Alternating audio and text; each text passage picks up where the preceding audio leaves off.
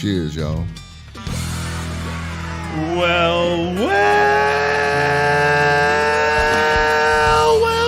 That sounds like a party. Welcome, ladies and gentlemen, to this fine radio program, podcast and video extravaganza known internationally as the world-famous Smokin' and Toastin'. We are here for show number 271, which puts us officially at halfway to 300. And we're real excited about that. I've done the math. Yeah, don't try to. Real excited about that. Carry the okay. Our program is all about craft beer, fine spirits, and hand-rolled cigars.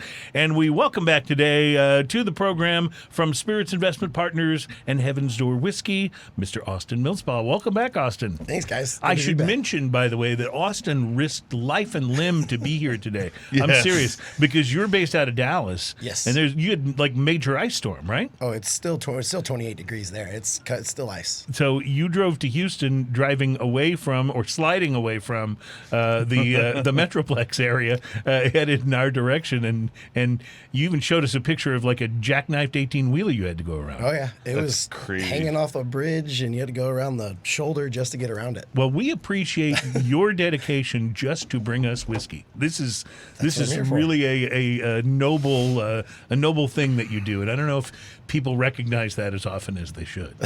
So. As long as they enjoy the juice, I'm happy. Okay, very good. Well, we know that we enjoy the juice because we've had you on the show before, and we've gone into, and we will kind of recap that a little bit, how Heaven's Door, which is Bob Dylan's whiskey, is not your typical celebrity endorsement booze. It's quite different and has a lot going for it, and we'll get into a lot of that a little bit later on. Plus, you brought us this Bob Dylan vinyl set. This is like the Johnny Cash sessions and all kinds of alternate versions and outtakes. This is that's crazy. I mean, I brought you all a gift last time, so I figured we just got to keep going. Well, I love it. I've still got just a tiny bit of that, really the bootleg one. Yeah. Oh my God. I've been hoarding it. It's only when like people come over and you want to do a special toast, that type of thing, because it's so amazingly delicious. But that leather-bound box looks great on my whiskey shelf. So.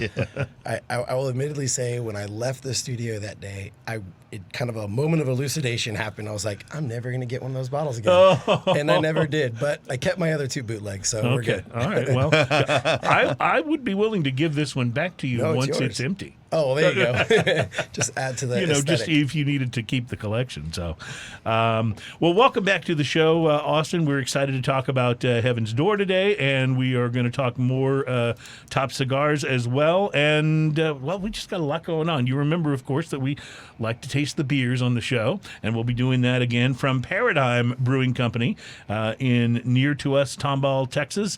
We'll be tasting their Professor Pils. It's a Pilsner, of course. I don't know. Have we had anything from Paradigm? I don't think we have. I don't think we have. I know we didn't have the pills. I know it exists, but I don't think I've tried any of their beers. Tomball is not that far away. Adam's brother lives in Tomball. So I work in Tomball a lot. Okay. so yeah. Weirdly enough, you'd think I'd go there. We're going to have to go and meet at the Paradigm Brewing Company and throw a few back. That'll be fun.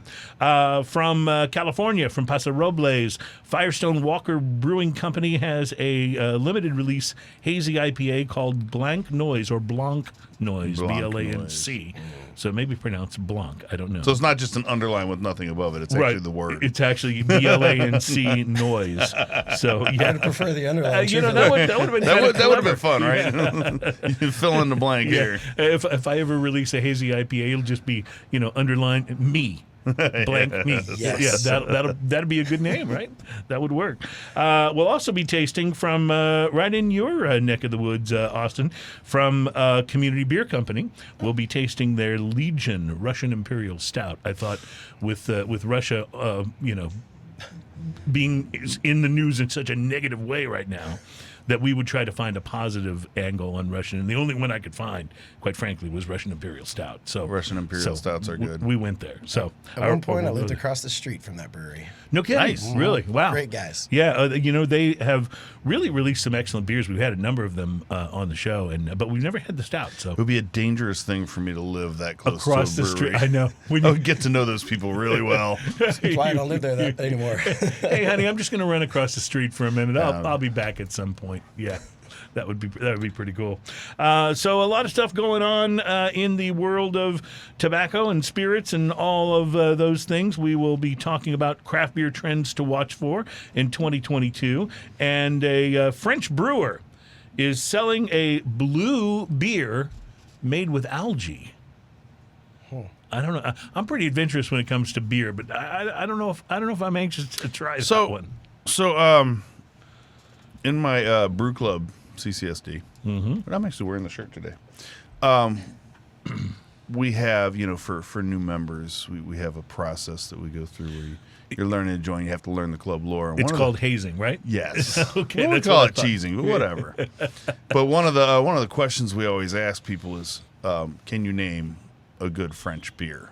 And there are only two acceptable answers. One is no, and two is maybe Francis Connor. So maybe. So the CCSD stands for the Connoisseurs Club of Smoking and Drinking. Okay, so I'll tell you something interesting. We were putting together a one sheet about the show because we're talking about taking it out and making it available as a syndicated radio show, which we've been talking about for a little while. And that process is ongoing. And so I had to put a one sheet together for the show, and I was just listing credentials. I put a little bit about my, career and the embarrassing radio stations I was a part of during my time. And when it came to you, I thought, okay, he's an accomplished musician. He's been a member of a number of bands. I thought, and he's a member of the Connoisseurs Club of Smoking and Drinking. And when you see that in print, it looks so important. And that's pretty nice, right? There's a lot of syllables there. It's like people see that and they go, this guy must really know what he's talking about. So we're more like a drinking club with a brewing problem, but that's okay. Exactly. So we'll also be bringing to you the most popular segment of the program once we get a little deeper in today. I don't remember if we were doing this yet when you were on the show last, Austin, but across the last couple of years, the most popular segment of Smoking and Toasting has become a part that we call Drinking News. Drinking News. And Drinking News is where we bring you stories from the news that are, real, but they sometimes involve drinking, but they are always best enjoyed if you've been drinking. So we wait until later in the show to make sure that we have been, and then we bring Drinking News on. It's a timing thing, Today's I love this new edition. Today's Drinking News headline, teaser headline is, okay, now can I have a drink? So today's is about drinking, by the way. So you'll nice. You'll be able to look forward to that. So lots of great stuff to come on the show. We're excited to talk. I know you brought some interesting little bottles here that I sense may not be exactly what's in the normal ones that are sold. Is that right? Yes. So I wanted to show you when we were last here, we had the big bottles and we got to kind of try them, talk about them. They're a little younger then, they're a little older now. So we realized we want more people to kind of enjoy what we like making. So we did a package that's our trilogy case, as that one's not turned backwards since I opened it early. But our trilogy case, just to kind of get people to try all three of our whiskeys. Right. And so I figured this was a great way to show it. But the treat was that, so those that might not know, we've been distilling some of our own mash bills since 2015. Right. We started with 2. We're now sitting at about 5 total.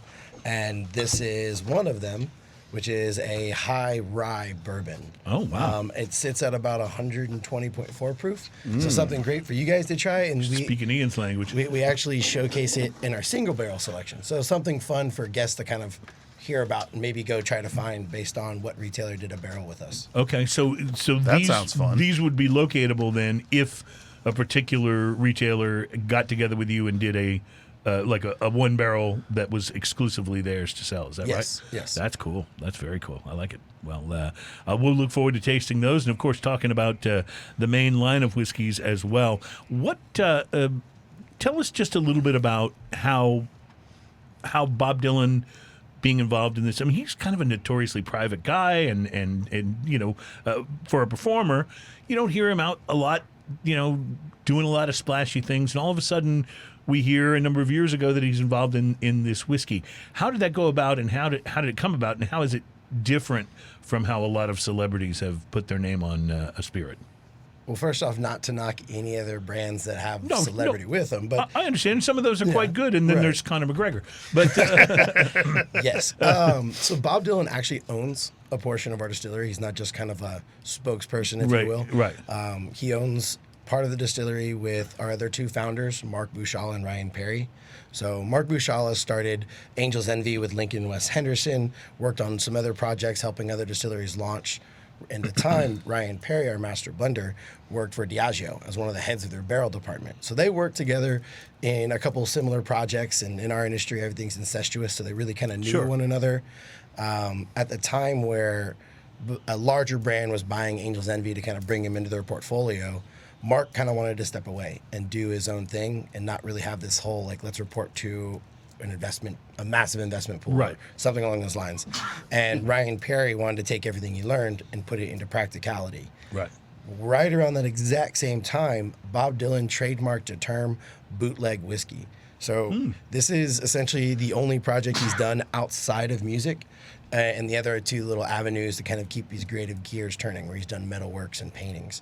But he wanted to kind of make a limited release whiskey just the way he wanted it. So essentially, being from outside of Duluth, Minnesota, living in Nashville, living in New York, he was always into drinking whiskey. And kind of the whole idea was, well, I want to make it my own way. You know, no one has to enjoy it. I just want to enjoy. I just want to have. I just want if what it's I just want. for me, it's for me. Exactly. Bob Dylan can afford to do these types of things. You know, just a little bit. If I decided to make my own whiskey, I'd be pretty disappointed, based on my resources. That is. Well, so it was really interesting. So he thought he was going to do an LTO. Mark and Ryan they all sat together and started to talk, because he'd met with a couple bigger brands, but not really wanting to go with a bigger brand. He wanted to sit with someone where he can be more intimate about how it's made and what it tastes like. Right. So they kind of got to talking, and after a couple of those meetings, those sit-downs where they actually get to meet him, because he's a recluse. Right. So it's the few times he comes out in public. Right. They kind of realized that the whole story they were telling actually interlaced all three of them. And instead of this, one-off, once it's gone, it's gone, it was a story they wanted to kind of tell 365 days out of the year, because it was this concept of creating their legacy. Right. Essentially, all three of them had this idea of creating something that hopefully outlived them.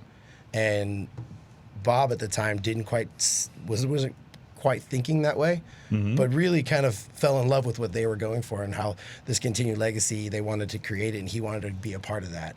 And it was really interesting, because as they kind of talked about flavor, we were originally going to launch 2 whiskeys and ended up launching 3, just because of their conversations about flavor and how they wanted, their whiskeys to taste. And so were there 3 from the very beginning? No, we were actually going to only launch a bourbon and a rye. And then the double barrel, our middle one, actually came out of, I like to call, beneficent error. It was just their conversation on flavor, making the barrel become a little more present, but not as present as the barrel is in Texas whiskey. So something really subtle, but still there. And that's how, about 103 tries later, the double barrel came to be. You know what's great about the fact that it took 103 tries? That means there were 102 samplings. Yes. Before and I bet some of them were actually pretty good. Oh, from what I've heard, there was a few of them that were really good. So yeah, that's pretty awesome. This is what, I have no skill when it comes to distilling, brewing, or tobacco manufacture and blending, but I would still love to be the guy where they go, okay, here's what we need you to try today, tell us which one of these is good. Please. It's like that episode of Cheers where Norm gets the job as the beer taster. Yeah, that's the dream. He just goes in and hugs the mash tun. Yeah, it's really a wonderful scene. He's got the white lab coat on. It's great. It's great stuff. Well, we're looking forward to doing some more tasting here in a little bit. I want to turn the conversation to cigars for a moment and ask Ian about his week. Did you smoke anything interesting? I did. I went by Casa de Monte Cristo this morning and was chatting with Steve over there. He's so nice. Asked him what was new, and he had the end caps up where they had the Cigar Aficionado. Oh, the top cigars of the year. Cigars. Yeah. And then they also had a second one that had Cigar Snobs top cigars. That was kind of fun. Yeah. I was looking around on them. But anyway, I picked up a couple cigars that I haven't had before that I thought would be fun. Both of them were on lists. So I picked up the Hoya de Nicaragua Silver. Have you had that? I don't think I've had the Silver, no. Okay. So I picked up the Corona. That's what they had on the end cap, so I grabbed that. It was a 5.5 by 42 in size. Now, the Robusto was the one that was actually number 16 on Cigar Aficionado's top 25 list this year. Okay. So that profile made it. I had the Corona instead of the Robusto. This is a Nicaraguan wrapper, a Mexican binder, and Nicaraguan filler. So not a Nicaraguan Puro, but very Nicaraguan cigar. The appearance, medium brown, smooth, leathery, box pressed, silver with white wrapper, medium firmness overall. Nice looking cigar. The pre-light sniff on it. Classic tobacco, chocolate and coffee, hints of leather and barnyard going on. It was really, really nice smelling cigar. Like Nice. I want a room that smells like that. You know? That'd be amazing. Yeah, if they could just come up with that as an incense, right? Yes, That'd be awesome. or a cologne. That'd be amazing. The pre-light draw on this, I used a clip. It had a light draw, leather on the lips a little bit, sweet coffee and earth going on with it. The initial light, Nicaraguan pepper blast. No, I haven't written the piece of music for that yet. That's going to happen at some pepper point. Blast. I'm gonna sing it until you actually write it. This is my way of urging. This is our you. work. This is our workflow. He tortures me into Yes. making music. I'm going to do my best. So I'm a tortured artist, but not in the way that most people are. I'm going to do my best Barry Gibb impression. Nicaraguan pepper blast. There's And I'm your going to chorus keep right doing there. it. I'm going to keep soul. doing it until you get that written. So huge cedar and spices on this. We are talking about a cigar, right? Yes. I just want to make sure we're back At to where some we point, were. yes. So huge cedar and spices, hints of leather and coffee with mocha. Retrohale is peppery and woody. This, by the way, starts off pretty full flavored. From the beginning, huh? Yeah, don't go into this cigar thinking it'll be mild at all, because it's not. The first start of this huge pepper and wood notes, dark fruit, followed up creamy sweet coffee, chocolate, and cinnamon in abundance. Retrohale is cedar and pepper with sweet coffee. This had a flaky ash to it, but it had a perfect burn.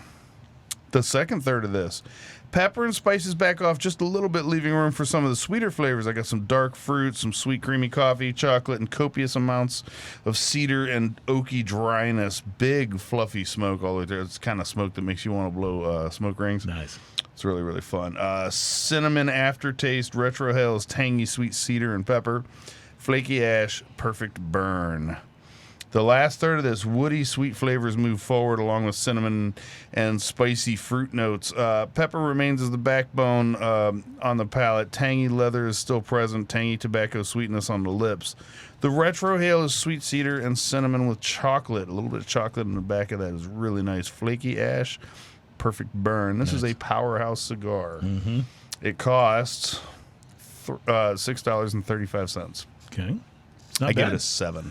Wow, that's a huge score. Yeah, it was fantastic. Huge. I enjoyed it tremendously. Do not buy this cigar if you don't like anything stronger than medium. It's definitely not my official price. My first cigar. This is definitely, like, to my palate, this is definitely in the full flavored range. Nice. It's not the strongest cigar I've ever had, but it's definitely in full flavor, right? So, but a 7, the price to quality scale, basically 5 means you get what you pay for. Right. On a scale of 1 to 10. So anything that bats above a 5 is exceptional. and this was not a particularly big cigar. It did smoke for 45 minutes easily, and so it was a nice timeline on it. The ash never fell on me as I was keeping an eye on. Once I noticed the ash was flaky, I just kind of kept an eye on. The burn was flawless. Looks great, so. Yes, the burn was flawless. It was like a razor-like burn all the way through there, and the flavors were fantastic. I truly enjoyed it. So I gave it a 7 on the price to quality, because I wouldn't have batted an eye paying $8, $9 for this cigar. I would have said, hey, that's a pretty good cigar. Nice. I like it. All right. Well, I'll tell you about mine when we come back in our next segment, and we also will be tasting some whiskey. I'm excited about getting to a little bit of Heaven's Door, plus our first beer for the show today, the Professor Pilsner from Paradigm Brewing Company in Tomball, Texas. We'll be getting to that. That's easy for you to say. Momentarily. I actually got through that pretty well, didn't I? I'm going to give myself a gold star. I'm Employee of the Week. I've just decided. Nice. We'll be right back. It's Smoking and Toasting. You're the only one here. about to say, it's like you might give me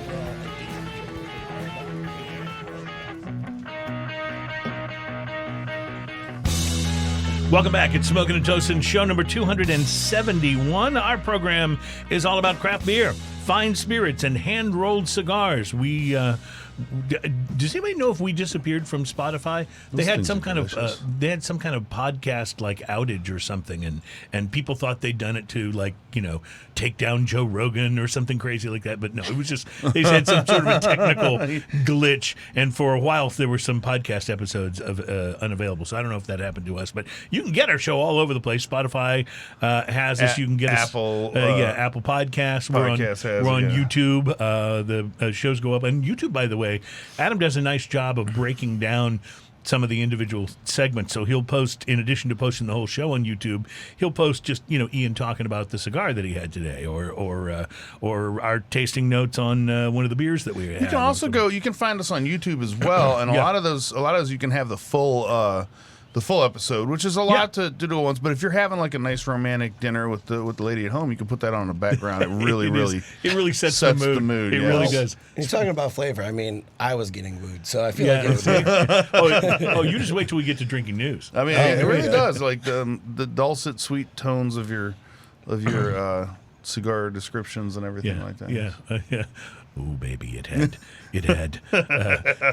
vanilla on the retrohale. You're making my eye twitch. I smoked a really interesting one this week that I wanted to tell you about, Ian. It's I went kind of against my normal type and smoked a 60 ring gauge cigar. And I generally stay, like 50 and under. I really like 45 to 50 is about my favorite, in terms of ring gauges. But I grabbed something in the humidor at Specs in Midtown here in Houston, and it was something that I was not familiar with. And I've had so many of the different cigars from Rocky Patel's line of cigars, and he has a pretty broad line. But I'd never had the Tavicusa.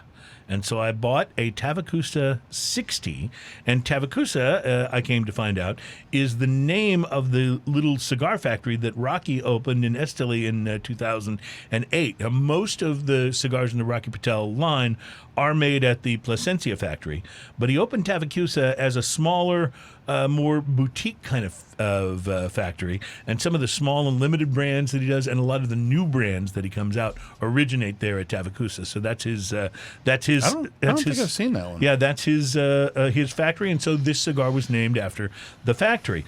It uses a Mexican San Andres wrapper over Nicaraguan binder and fillers, very much like the cigar that you had, and it is a beast too. It's 6x60, and I thought, okay, this will be fun because this is a little outside of my normal smoking zone. So there was a little bit of hay and barnyard on the pre-light sniff and draw, but the prominent note was actually a chocolate one. I used a punch, and away I went.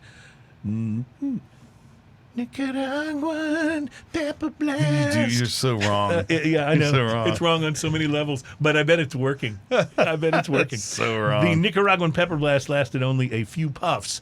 But even when it settled down, I could tell that the Tavicusa was going to pack a bit of a punch. And so it doesn't surprise me that, given the tobacco construction of both of the cigars we're talking about today, it doesn't surprise me that both of us had a pretty full flavored experience. Yes. Yeah, absolutely. A distinct toastiness was the first note that I was able to identify, along with some tangy citrus and actually a little bit of creaminess on the finish, which kind of helped keep the fullness from being overwhelming. Flavors got more complex as it smoked, and there were also notes of vanilla and a minerality that kind of worked its way across the palate too. Second, third continued the complexity with some deep aged tobacco notes that gave the Tavicusa some extra richness. Toast was still evident as well, and the construction was absolutely excellent. By the halfway point, I got notes of black coffee and some licorice, although that particular note only lasted for a moment and then it was gone. Now, unfortunately, my notes today are a little bit incomplete, but for the best of reasons. this cigar burned so slowly that I only got about half of it smoked before I had to set it down and come in and do the show. I literally, I think that it would have lasted almost 2 hours. And unfortunately, I didn't start it 2 hours before the show. So usually... You have already sold me that cigar. Oh, yeah? Yeah. Well, this is one... I thought of you, actually, even though it's not the big beast that you usually light when you get in the inner tube and float down the river every summer. It would almost do the same job because, seriously, I bet it's a good 2 hour smoke. But it wasn't because... there was a low volume of smoke, or it was difficult to draw. I mean, it was big volumes of puffy white smoke, and it burned great. It was a really, really good cigar. I just didn't start it early enough. Wish I'd had time for the whole thing. It was nicely complex, a great mix of flavors and great construction. I do recommend it, and I give it a big thumbs up. However, a quick check of online tobacconists showed me that it was either sold out or no longer available at most places. Now, I'm not sure what year this came out. And I will say, I bought mine in the humidor at Specs in Midtown Houston, and it was actually like, you know how there's this science that they know about in grocery stores and stuff where people buy mostly stuff at eye level. Right. And I've noticed that when I go into the humidors, I always have a tendency to not look down at the bottom rows. I have a tendency to look eye level and a little bit lower, a little bit higher. So I went all the way down. That was where I found the Tavicusa. It was on the bottom row of all the Rocky Patel stuff at the Specs humidor. So I reached out and thought, I haven't seen this, and I bought it. It was $11, and so they still had quite a few of them. So my point is, you might be able to find this until tomorrow at your local tobacconist, but you might have to look down at that bottom row that we often don't look at, because for whatever reason, I guess this one didn't get as much attention as a Rocky blend normally gets. You know, when it depending comes out. if it's been out for a while, something like that could have been too. Also, just a fluke. Maybe a box got mixed up and was behind some other boxes, and they went, "Oh, we need to put this out." Could be. I remember I was kind of scanning over the Rocky stuff because I was looking for something that I could smoke and mention on the show that I hadn't already done. And I generally, when he puts something new out, I generally try to get one and smoke it and talk about it on the show. So I'm looking, is there anything I haven't? I've done the Decade, I've done the 60. What is this? The Tavicusa. I'd never even seen that before. I looked at even ring the a bell. picture of the cigar, I hadn't seen it. So Hadn't seen anyway, it at all.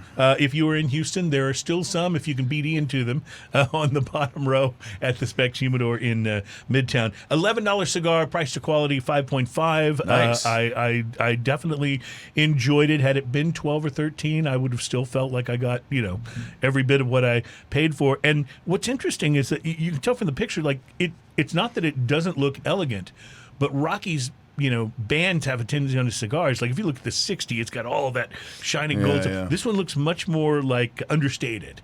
And I don't know, maybe it, a little more reserved. Maybe it didn't go over that well, and they didn't keep making it. Maybe the demand was so high they've just not been able to meet it. I don't know which is true, but in any case, if you've had the Tavicusa, let us know about it in the show notes. 5.5 price to quality, and big thumbs up. That was a very, very good beer sound, by the way. You're getting better and better at that as we I practice. I don't just do this at work. I actually practice that at home. Well, that's good to know. And we appreciate your dedication to your craft. That's very important. Because if I only did that here, you can only get so good in the workplace if you don't actually go home and practice it. I think that your dedication is noted. So I have to ask this question. Yeah.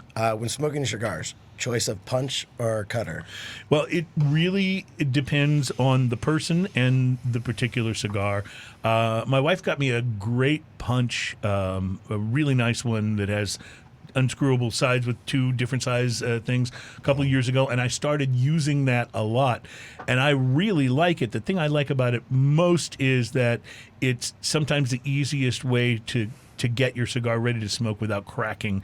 One of the things that when I use a cutter, I hate it when I cut it in a way that it starts unraveling a little bit around the head, and it's just not as likely to do that with a punch because you're taking out a smaller piece. I also really like V cuts, but I have a couple of V cutters, and they're just the cheap plastic ones. I really need to invest in a really good V cutter. So I need to do the same thing too, because V cuts are nice. I love using the big table one that they have on the counter at the store. Mm-hmm. But So punch or cutter, it depends on what I have with me. I like to carry the least amount of things possible. Agreed. So if Makes I have sense. a lighter, and I have a few lighters that have punches built in, like Right. there's a part that folds out and you can use a punch. But Steve sold me this thing. I ended up I had a nice clip, a nice cutter that I gave to a friend of mine in New Orleans when I was hanging out with him the last time I was out there, because he had some cutters, but he didn't have a nice like metal, like really high quality one. He just had a bunch of plastic ones. So I went into Casa to smoke my cigar that day, and I was looking at this cutter because look how slim and fantastic that is. It's, man. That yeah, it's thing so small. fit in your pocket. It's good. It's metal. It does all those things. And I'm standing there looking at it, and I'm thinking about it, and then Steve walks up and goes, well, you know, they make a lighter that sticks magnetically to. Perfection. And of course, you had to go for the full Monty. And I said, damn it, Steve, you have now broken the budget for the day. So I'm going to go ahead and not do that. And then he made me an offer I couldn't refuse. I was like, crap. So the answer is... But that was a long time ago. You've been using that It lighter was. for a I have long been time. using it a long time. So the true answer is it's a matter of convenience for me most of the time. It's whatever device I have easily in my pocket. The one thing that I have to remember when I have a punch, though, is when I grab cigars to go smoke and I have a punch in my pocket, don't grab a torpedo. Right. Because it's hard to punch a Because torpedo. you can't punch a torpedo. I will say, by the way, the one thing that I will mention is that, and this is particularly true if you are using some of the less expensive plastic cutters. One thing you want to pay attention to is when those blades start to get dull, it will cause more damage to the wrapper of the cigar. So kind of watch it as you cut, and if it's pressing way If it in before it crushes, makes an incision, and it's crushing it, then it's time to get another one. So, And those plastic ones, man, you need to make sure you don't have any kind of attachment to them. You just need to throw them out when they get dull. Right. When they get dull, just throw them away, get another one. Absolutely. So this is a Pilsner from the guys at This Paradigm is Brewing Company. Professor Pills, I presume. Did tell us anything about the good I love professor? the pictures. It's got like a monocle and a mustache. This has been, the last year really in craft beer has really been the year of Pilsner.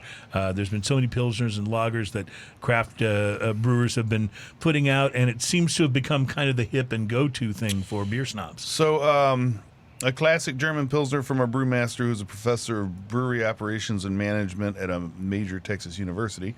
Packed with honey and floral malt notes, this beer delivers classic hop notes in every sip. There's a special drinkability that comes from the long aging and lagering process.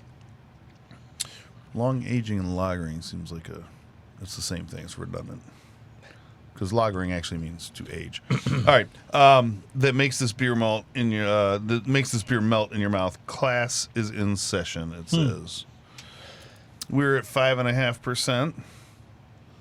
Which is not bad for a Pilsner. They can be a little less than that often. I really like this. I'm glad you mentioned honey because I was trying to think, what is it that's kind of like cutting the hop a little bit and So I was going to say melon. Yeah, and I have cutting like the bitter. Yeah, that honey melon kind of flavor, almost creamy a little bit. Yeah, really makes it a creamier drink for sure. I get the honey in there. I also get that floral thing, especially on the nose. Which probably comes from the hops, I would guess. I'm not sure which hops they use, but it's... It says specifically floral malt notes.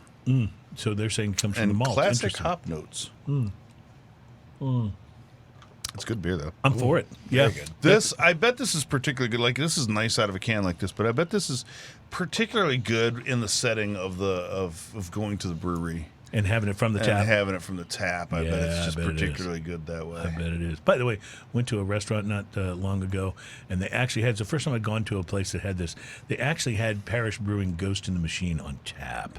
Oh, it was so good. It was That's even better nice. than from the bottle for some reason. Probably just a mental, thing, but wow, was it good. The last time I was at Torchy's Tacos, I was sitting there and I was like, man, I don't usually do a beer during lunch. But then I looked up and they had Ghost in the Machine on tap. Yeah. And Ghost in the Machine with tacos is pretty darn good. Yeah, you gotta love that. Well, I'm going to tell you, this is a good beer. It makes me very interested in finding out more about this particular brewery, and I will say too that brewers have told us these pilsners and lagers, these are more difficult to get right than ales are. they're So less forgiving. when you I guess. have more delicate flavors and you're trying to make a beer that's on the lighter side of the beer spectrum, not a light beer, so to speak, but on the lighter side of the beer spectrum, it's hard to keep that balance because It really is. You add too much flavor and now you're outside of the light beer spectrum. But if you don't add enough, then you're on, light beer from Miller spectrum. So, which is towing that line is a little bit. Which is still a mark or two above Bud Light if you have to. True. If you have to be there, but no, you're absolutely right.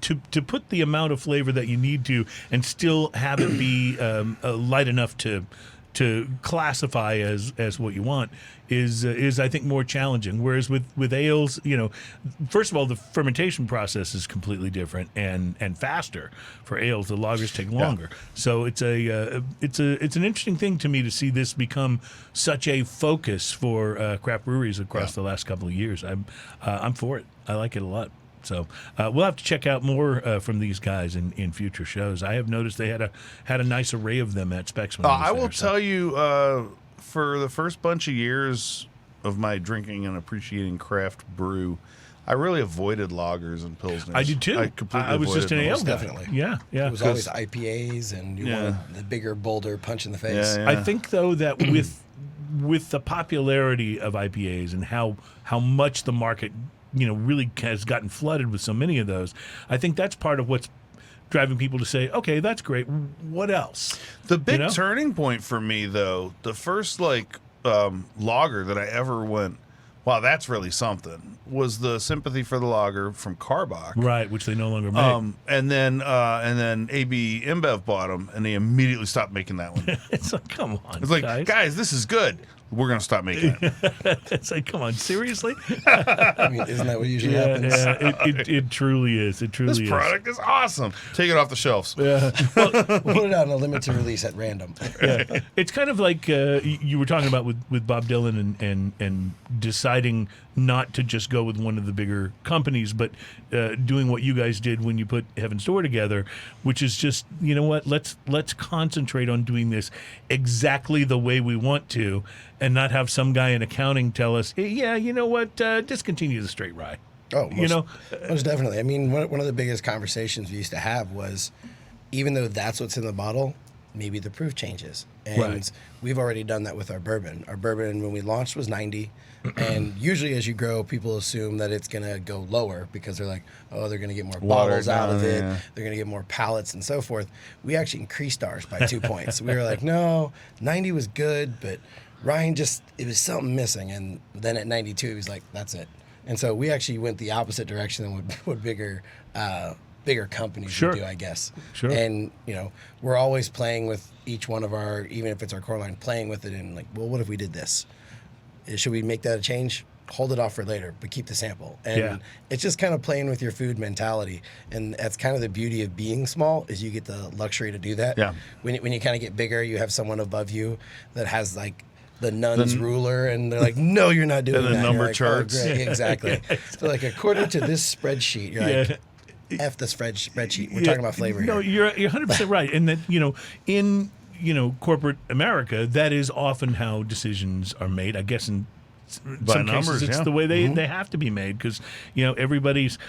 What's interesting is when your only focus is productivity for this quarter and the bottom line for this quarter, it's hard to make good long range plans. It's the one basic flaw in how the business world is set up. If you're so focused on making your numbers, because let's face it, that's how the managers in the company get incentivized. If they make their numbers, they get their bonus for that quarter. And so they'll do almost anything to make those numbers in most cases, rather than looking out for the long-term health of the company. I think that's where the more is less thing comes from, because you could make it a little less alcohol by volume, and then you get more bottles out of it. Mm-hmm. But I've done some serious study, and I've found that more is actually more. Yeah, I applaud your study. I think, kind of agree.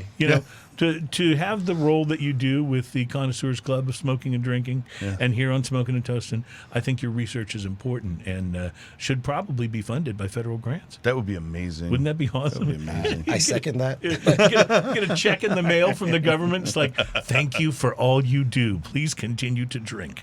Who do I get in touch with about that? I don't know. There's bound to be somebody. All right, we're going to take a break. When we come back, we're going to do some whiskey tasting. Plus, we have more beers to taste as well. And in fact, our next beer is going to be a hazy IPA called Blanc Noise from Firestone Walker. Who, let's face it, these guys are they kind of know what they're doing at Firestone Walker. It's that kind of a company. So we'll be right back. It's Smoking and Toasting. Thank you for hanging out with us Looks today. like Josh Hall is watching. That's weird. Wow. What? Aren't you supposed to be working? The world just tipped on its axis.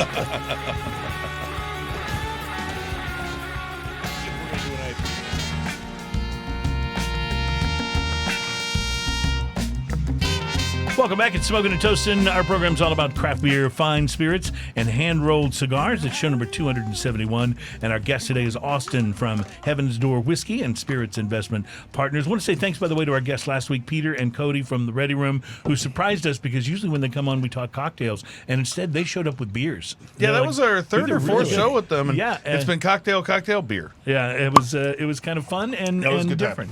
Speaking of beer, by the way, excited to announce that as advanced as our home city of Houston has been in craft brewing, we have Texas' oldest craft brewery here with St. Arnold. We have over 60 craft breweries. But one thing we did not have that some other cities have had, we're now about to get. For the Culture Brewing will be opening later this year, and it will be Houston's first black-owned brewery, which is they're already doing it in San Antonio. They've already done it in a number of other great, Texas man. cities. But Jonathan Brown and Carl Roches Jr. have been busy brewing in their home garage in Pearland, and the brewery is about to open. So they're very excited. That's exciting. And hopefully we can get out there and do some tasting, maybe have those guys come onto the show. Okay, I've got beers I'm passing around, and this looks like some whiskey I'm passing around too. Is that right? That is. This is since we're going with an IPA, we kind of figured a rye would be the best, right? Right, because it'll stand up better. Yep. They're both bold enough, so I feel like it's comparable. So where do we go first, Ian? In your tasting opinion, do you go with the rye My first or tasting go with the beer? opinion. That's a good question. Let's see. That's got some dankness to it. I'm going to go with the rye.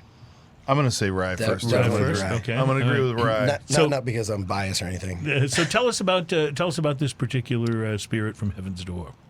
So this is our straight rye. The beauty of this is it has a mash that most are familiar with. We can't say it on here, but it's a high rye with a little bit of malted barley. But the beauty of it is that our finishing process. Okay. So essentially, I always attribute the flavor profile of trying to be what rye was in the 1700s. Predominantly rye with a multitude of other grains. So a much more complex rye than we're used to trying in modern ryes now. Right. Modern ryes are A little more straightforward. they're a punch in the face. They're usually high proof. What we did is we finished this in French wood in a skinny, tall, 55-gallon cigar barrel, named for the way it looks, not any kind of tobacco or smoke flavors. We air dried the staves as opposed to kiln drying. Most of your American barrels are usually all kiln drying 12 to 24 hours. We And air what's the dried. difference in terms of what that would do to the flavor? I mean, with kiln drying, you can always think of it as since it's that heat is being added to it, you will lose a little bit of flavor out of the wood. Okay. Mainly, a lot of European coopers do a lot of the drying, and they have strong neuroses about how they dry their barrels and the staves and so forth. With that air drying, especially with the type of wood that we're using, and it's a French white wood. It actually opens up those fibers in the wood because they're very tight fibers. They're great for wine, so it gives just a little bit of flavor and makes all those back ends. But we wanted more out of it, so that's why we air dried it for 3 years, really giving it time to go through the seasons, building the bigger barrel, mainly because we want more liquid to the wood. And it's only lightly toasted, and then we finish it for about 6 months to a year. Nice. So Ryan Perry, our master blender, actually won't try it until exactly at 6 months. But even though we said 6 months to a year, that doesn't quite mean like at a year he's done. It's kind it of might go longer if it. You got to He's- try it until right. and when it's ready. It's and ready. he kind of does it like the first step of the proofing process. So at barrel strength and below proof minimum, kind of seeing the concentrated flavors, maybe seeing where there might be weaknesses in it, not actually fully finding it to proof. And it's really interesting.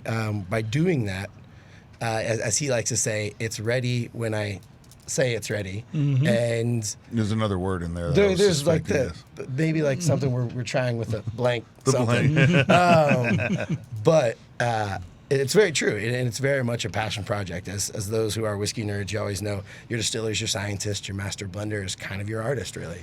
Right. It's very much your grandmother's style of cooking. It's really cool, though, again, talking about what you can do in a smaller company that it can be more difficult in the big guys is your guy can say, yeah, it's ready whenever I say it's ready. Exactly. You're not ready when corporate says ready. Right, exactly. It's not ready when the accountants say it's ready. It's ready when the people who know whiskey say it's ready. And that is really preferable. It's a delicious rye. It's very... I don't know. It's very full and complex, I So think. my interest, especially in this rye, is on the finish. It's oddly delicate yet spicy. Mm-hmm. And then it just leaves you with this little warmth in the back of the palate that lingers Yes, in the it best does. way. But it's like a whiskey hug, but a little more gentle. Yeah, it's almost like it's just It's a whiskey very, embrace, if yes, you will. yes. We always joke that It's a little less awkward. Ryan Perry loves Canadian whiskey because of some of the delicacies that Canadian ryes, because of some of their delicacies. And it's like the one point where he and I essentially don't agree. I was like, I don't know, what's wrong with you? What? No, I unfortunately don't agree. But it's kind of a really beautiful kind of thing. It's that 1700s American production, and then maybe a mashup of some flavor profiles he likes from Canadian ryes.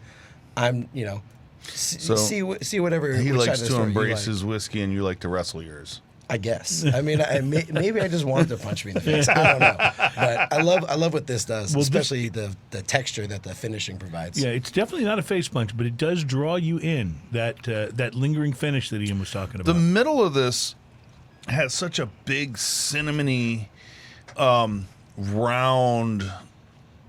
There's almost there's a sweetness in there, and it's not brown sugar, but it's kind of in that. I always kind of called it not really attributed it to a sugar, but just like a golden sweetness. Yeah, not per se honey, but it's it has a little something hard to like a lighter or a savory honey sweeter. almost, but Yeah, but it's not. it's But it not. doesn't It's have like- that flavor. It doesn't have brown sugar flavor. It doesn't have Right. honey kind of flavor. like a honey molasses or something. Something that kind of cuts it a little bit, gives it sweetness, gives it savory notes, and then that cinnamon point. I always called it Vietnamese cinnamon. If you ever tried that, it has like an anise quality to it, and so it's almost this like cinnamon fennel or just Vietnamese cinnamon quality to about the middle of the sip. That's it's really nice. Curious about when you go to the Have you Firestone done this Walker. yet? I just did, yes. Oh, You know, so I ran across. I'll talk a minute while you guys taste. I ran across the first rye and IPA. What's the word I'm looking? Pairing by accident. I was at a friend's bar, and he had the 2-row rye from Basil Hayden. I was like, hey, I haven't tried that. Can I try that? And I was drinking a Two-Hearted Ale at the time. And so I tried that, and then I went to my beer, and I was like, what is happening here? So Yeah, that was it's a me beautiful thing. learning that if you're going to have an IPA and in a whiskey, the rye and the IPA will go together. Well, interestingly This one enough- smells dank. Interestingly enough, and I did not This bring one it in. smells like kind of pine coney and dank. It smells that way. Wait till you taste it.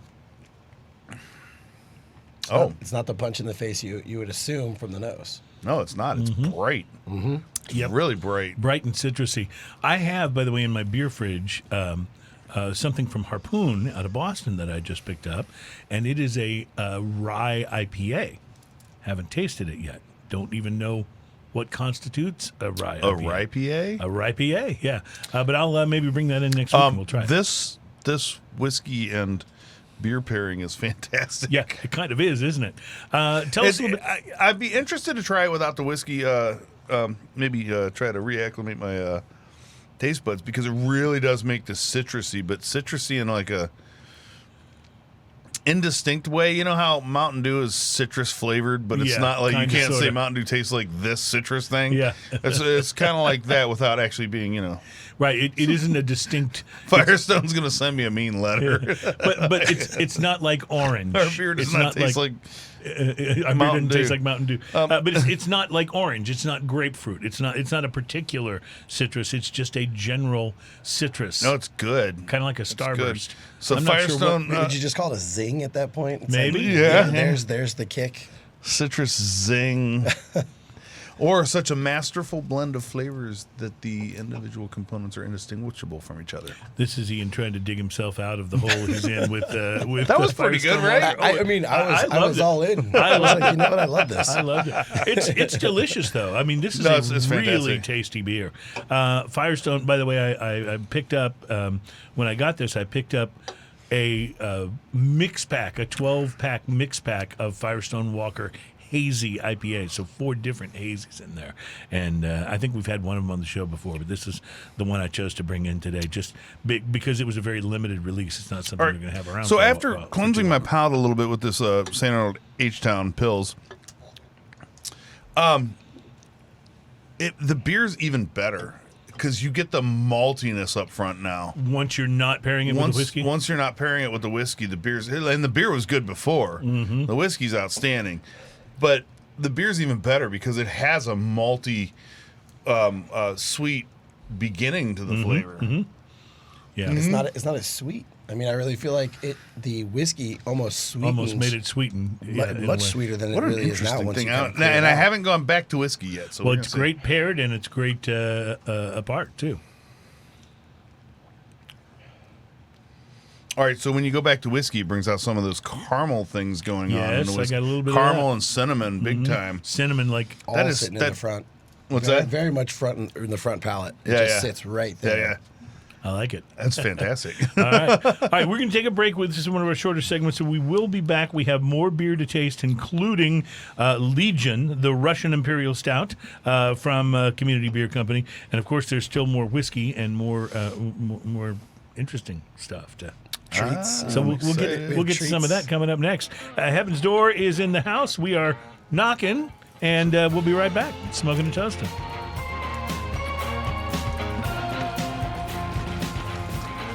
Welcome back. It's Smoking and Toasting. Show number 271, halfway to 300. Halfway. I've done the math. We just had one of those. Just had one of those little things between the segments that makes me say, if you don't actually tune in for the show on Facebook Live, this is a reason to do that, because all that stuff gets edited out when we post the YouTube and the podcast. But if you're on Facebook Live, you can still hear us, and sometimes it's between the segments that we usually try to get our guests to say, like bad stuff about their competition, or how's your boss treat you really, that kind of stuff. I'm the veritable whipping boy. It's cool. Sorry about that, guys. No, I'm just kidding. So anyway, we were getting into a pretty interesting discussion about jam bands and musicians that I said, we probably should get back to doing the show here. But I do like that we'll take, wonderful detours here on the show from time to time. I just like to think that all jam band discussions lead to Bruce Hornsby eventually. Now are you saying that facetiously, or you mean that? No, I'm being silly about it. Yeah. Okay. Well, it kind of did for us just now. So I thought maybe you were being. We Serious. started off with a jam band conversation, and of course, immediately ended up on Bruce Hornsby. So I will say that my friend Adrian, she's one of the managers of Phoenicia, the grocery store that's downstairs in my building, and I remember running into her one time, and she was saying how much she enjoys listening to the show. And I was like, "Oh, I didn't know. I know you don't smoke cigars. I didn't. Are you into whiskey or tequila or craft beer or anything?" She's like, "No, not really. I mostly just drink cocktails and whatever. But I just like hearing you guys go off on detours about stuff." So somebody likes it. So anyway, that was for Adrian. So thank you, appreciate that. We are in the studio today with our special guest, Austin Millspaugh from Spirit Investment Partners and Heaven's Door Whiskey. Now, I looked up the Spirit Investment Partners website and noticed that Heaven's Door is one of several brands. Are you involved with the other brands, or are you just involved in Heaven's Door? So when I started with the company when we launched our bottles publicly in 2018. I was our second ever part-time ambassador, and then now I've grown. When we first did this, I was a regional, newly appointed. Right, when we first had you on the show. Right, and so now I'm actually our national ambassador. I get the privilege of going coast to coast with us. So as we've grown, I've grown. That's great. So I started solely with Heaven's Door, but now we are kind of evolving just a little bit.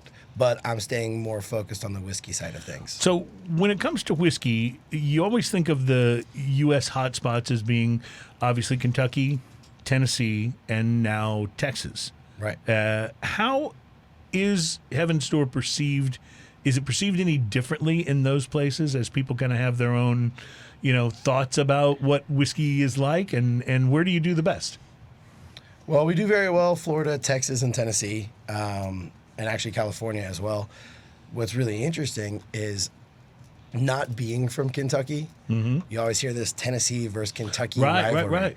And I always thought that was silly. I was like, they both make good whiskeys. Right. Who What's cares? the fight about? Yeah. Until I had to do a trip out there and talk to them about Heaven's Door. And they're like, man, this whiskey's great. I love it. Where's it from? And I go, Tennessee. They're like, oh, well, we can't bring it in. I was like, wait. So it's that serious, You enjoyed it. Yeah. And they're like, no, they're not about, they only want their whiskey to be sold where they're at and pushed where they're at. And they're a little they're trepidatious about bringing in Tennessee whiskey. Well, not for nothing, but as a state, set whiskey aside for a second, Tennessee's got a whole lot more going on than Kentucky. I'm just going to tell you, there's not much happening there except their whiskey.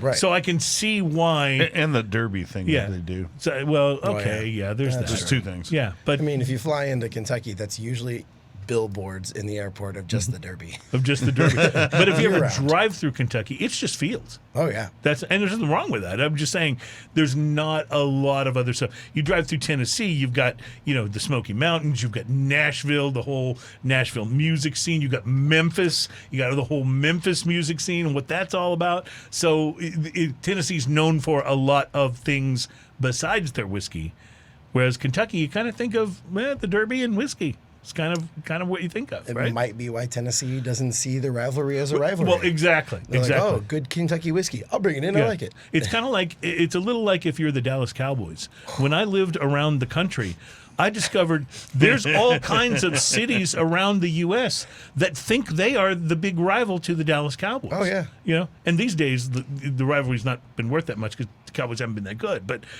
Neither have any other team. I lived in Philadelphia, and they're convinced that's their big rivalry is them in Dallas. I'm like, no. I grew up in Texas. Dallas's rivalry is the Washington Redskins. Now Commanders.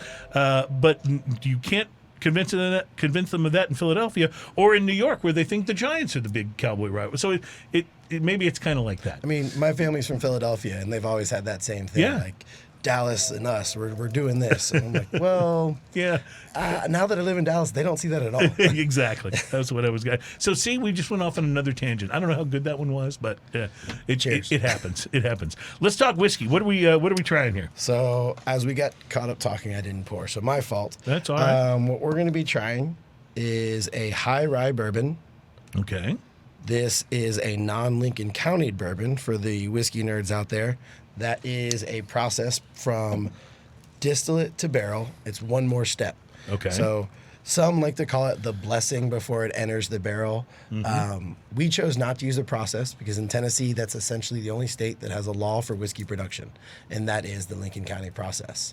Started in 1830, passed in 2013. Very crazy length of time between when that became a law. But bourbon being, sanctioned in 1964, the law being in 2013, it's kind of one of those, you can choose to use a process or not. So we chose not to use a process in this bourbon, mainly because if you're thinking in mash before you go to profile, I like to call it a segregation of large grain, your corn, and small grain being your rye and malted barley. So our bourbon is essentially guerrilla art. It's not going to be this flavor that you're used to trying in your Kentucky bourbons. It's going to have a little bit more drier notes, a little more savory sweet notes, not caramels. It's going to have maybe a dark fruit, but maybe a bright fruit note. And then what's really interesting is on the back end, you almost get what I like to call pumpernickel. If you ever been over kind of like fermentation tanks, and they always say it's like a strong pumpernickel nose. Right. I always say you get a hint of that before you actually get a good spice kick or spice zing, if you will. Zing. You can't quite put an acid to it. If you were, I'd say like maybe a sweet acid of your choice. It does have a zing, though. You're absolutely right, and I like that. It's this to me is a very, very friendly. You stole the word right out of my brain. What, friendly or Yes. zing? Yeah, it's very friendly. It's just very easy to accept onto the palate and say more, please. You know what I mean? Heaven's Door is like a warm, friendly handshake from a man you've never met before. Can I get that? Can I get that sound bite, please? But I think you need to add to the end of that. I think you need to add From a best friend you didn't know you had. but still, I think you need to add who is in no way creepy. Not wearing a trench coat and Right, just shoes. right. No, Just saying. this is sneaky because it's so sweet and approachable up front, and then it's got that zing, that lingering kind of zing to it, and then the whiskey hug that you get from the back of it is not all that. I mean, there's a little presence to it, but it's not. I mean, that big. It's almost like a cuddle rather than a hug. Yeah, right? yeah. You know, who's the big spoon? Who's the little spoon? but like we said, with smaller distilleries, when we originally launched, it was at 90 proof, and now we're sitting at 92. That's not me making all that noise, is it? Sorry. I'm not sure. I didn't know what that was. It sounded like a. I did hear that earlier, but For a moment, I thought there were a group of conspiracy theorists standing and chanting outside the window. I have everything turned off here. Well, in any case, though, it was sort of a fitting soundtrack, if you will, to this very friendly sort of whiskey. So sorry to interrupt. So this one, I just want to be clear. The first one we did was the straight rye. Yes. This one is the straight bourbon. So this is, I have to say, it's as friendly as it is. It's got a little more heft to it than a lot of straight bourbons, I think. It's almost as spicy as a standard rye, I think. Yes, it is. In a good way. It's more spicy than you expect out of most bourbons agreed. that aren't just rye, you know. Well, I mean, you have so many high rye bourbons that are out there, some even higher than what ours is, but yet ours has a more bold voice, So if that makes sense. What actually classifies a bourbon as high rye? Is there a threshold? So I guess definition-wise, I don't really believe there is, but I guess in kind of common, whatever you want to call it, it would be something potentially over 15%. Percent rye? Okay. But that's, I mean, you when you look it up, it doesn't quite have a definition for it. And what's the percentage in yours? It's Can you say? it's over 15. It's over 15? Okay, fair enough. It's a decent amount over 15. Yeah.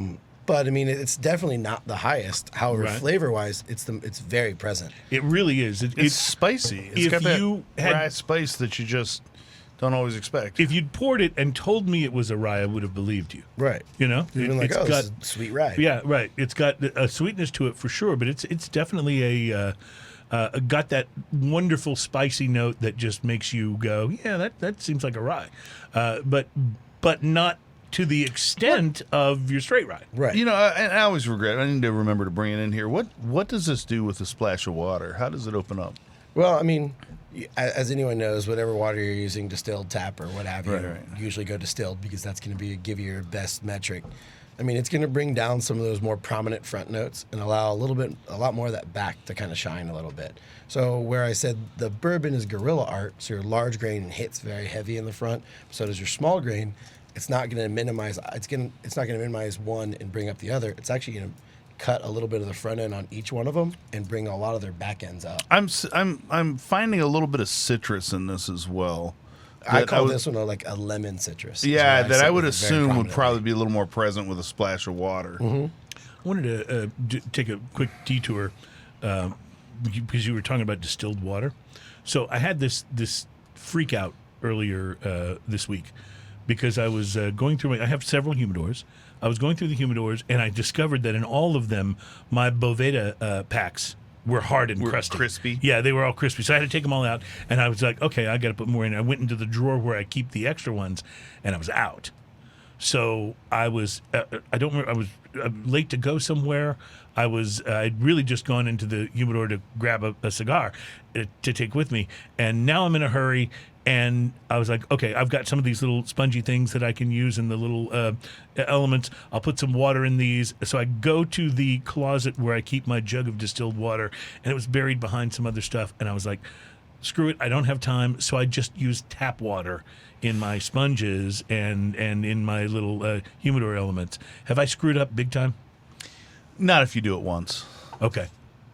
Not if you do it once. The nice thing about the distilled water is it's not going to impart any flavors. But basically, one of the biggest things about the distilled water is it's not going to make your sponge all funky. Oh, okay. Okay. You know how your sponge, like your sink sponge, gets dry and crusty and Yes, weird? yes. And it gets And like that's, the regular water will do that. that mineral kind of film on it and stuff. Yep. So that's what'll happen to your humidor elements in your sponges. Also, Okay, the humidor elements that you use, if you're using those most of the time, you don't have an issue because they always have a mold inhibitor in them. Mm-hmm. So I end up using distilled water probably 50% of the time. And then I'll use juice, so the humidor juice. Because it has the mold inhibitor Okay, about gotcha. the other fit. So I kind of swap back and forth. But I think having moisture is better than not. And I think if you just go next time with distilled water or Should be okay. juice, you're going to be fine. Actually, what I did is I did go out and buy more Boveda packs, and I've got them in there now controlling the humidity. So that's the way to go. Like for a short period of time, I don't think it's going to be any. I just didn't want my cigars to start getting too dry, and I didn't know when the next time would be that I'd get out and get the Boveda. So anyway, all right, thank you for that small detour. Let's now talk Russian Imperial Stout. We're all pretty pissed off at the Russians right now. So what with invading a sovereign country and what have you. So I thought, let's find something good to talk about that has to do with Russia. And Russian Imperial Stout was the only thing I could think of. So maybe vodka, but in this case, we'll go with Imperial Stout. You guys have already done a little tasting, so jump in here while I try it. Well, this to me tastes like a slightly under-roasted coffee bean in the best way possible. And I mean that actually in a kind of a good way. I totally get that, what you're saying from the It's first not sip. a dark roasted coffee until after the finish. That's when you get some of that bitterness. But right up front, it's got a little of that under roasted coffee kind of flavor, light roast coffee kind of flavor. It's kind of interesting. What does it tell us about this on the can? Well, it says according to the Surgeon General, women should not drink alcoholic beverages during pregnancy because of the risk of birth defects. Good to note. That's and unique. it's 9.9% that. alcohol by volume. 9.9? It's pretty big. It does not drink like that. I really like the label and the fact that they used the black can top. It's very is pretty pretty cool beer. looking. Yeah, very cool looking. Let me put it back here for a second. It's a little Guinnessy looking. Like when you step back from it a little bit, it's a little Guinnessy. It does looking. not, however, taste like a Guinness at all. Definitely not. I mean, when you talk about Guinness, you're really talking about the lightest stout you can get, right? You're almost talking about a whole other kind of beer. Yeah. Right. You know, nothing else is quite like Guinness. It's. I mean, there are a few that have sort of tried to make their version of it, but outside of that, it almost is its own category. And for those out there who are not Agreed. that familiar with beer, we talk about Guinness, and I know everyone thinks Guinness is one of the biggest beers out there. Super dark. It's Totally got that not. head on and everything. Very much not. It's the same amount of alcohol, or like within a couple points of a Bud Light. Yeah, It really is not that big, but it does have big, robust flavor. That's what you're tasting. It's a strong beer in flavor. It's not a strong beer in alcohol. So this is a strong beer in alcohol. Way back in the day, before I had become more adventurous with beers, I had a few favorite things, but I was less adventurous than I would think that I am now.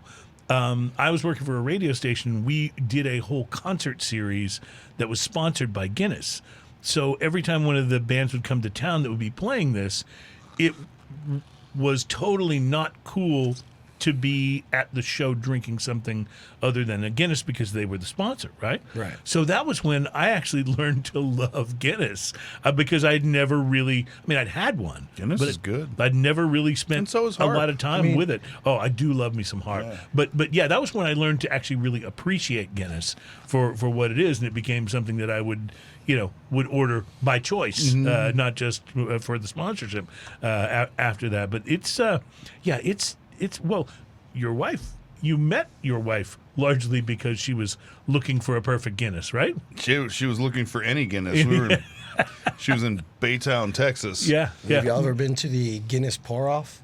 Where you have to pour the perfect Guinness and all the PSIs are all different, so you have to kind of Haven't gauge been it. to that, but we did First ever competition I did. We did go to the little Guinness place in Vegas, and Tiffany took the little class to learn to get certified to pour the perfect certified. Guinness. Yes. And did she get the certification? We have the paper on the wall. That's so awesome. I love that. By the way, I also have to credit Guinness with coming up with a new holiday.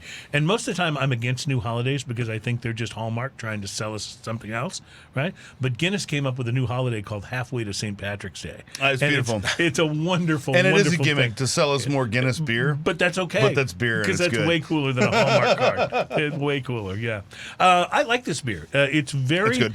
It's. I don't want to say one note sounds like I'm being negative, but I don't mean it that way.